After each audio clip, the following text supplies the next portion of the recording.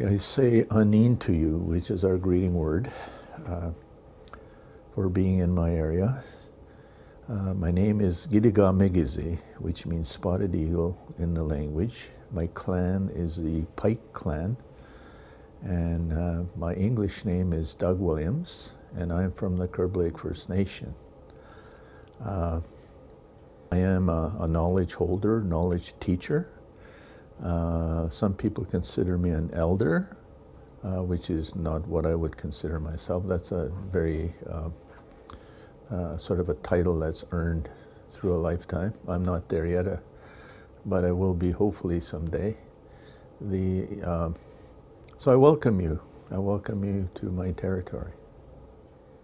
The area of which Kerb Lake First Nation is, and that's where we are today, is in the area of Pre-Confederation Treaty number 20, which was made in 1818, November the 5th, by the Crown at the Lakeshore meaning Lake Ontario, at around Port Hope, in order to make it possible for settlement to occur here in this part of Ontario.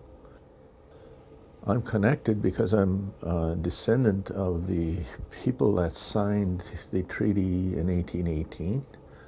What happened then, the British Crown registered all of us into a special registry, the federal registry, to record whoever is a member of that group.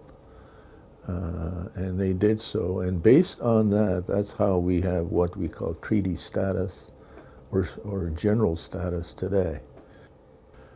Generally, I think Canadians have to go beyond just knowing about the treaty. I think that historically they must realize that there is a legal document, paper somewhere, of why it justifies the settler being here.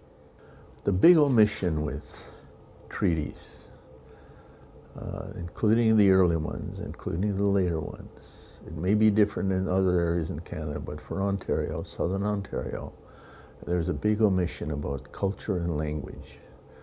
The negotiators, including our people, I think our people thought that maybe they didn't have the option to protect their culture, because they're all, remember, the very process of getting our people into one single area, instead of, in the old ways, culturally, you traveled around. You went from spot to spot to spot, depending on the season, depending on the game that's available, and also the plants and so on. You did that, but when you restrict people into one little small area, it changes their culture. Changes their language. And the message at that time was, okay, you're not going to get anywhere with speaking your language, so we have to teach you English. So they would bring in teachers, federal teachers, to teach us the settler culture. They also brought the teacher and the missionary were one of the same thing. So you had a spiritual aspect to all of this, where our spirituality was actually no good. Right? So they tried to change us right from the beginning, from the get-go. And what they did then is that on top of treaties and so on, they passed an act, the Indian Act, in 1870, to make those kind of things possible, to educate us, so it's under the Indian Act, and also to limit our language of all things. We couldn't speak the language in schools, as an example, right? That kind of thing. That all is related to treaty. Actually even prohibited from owning fee simple land for a long time, if you can believe it.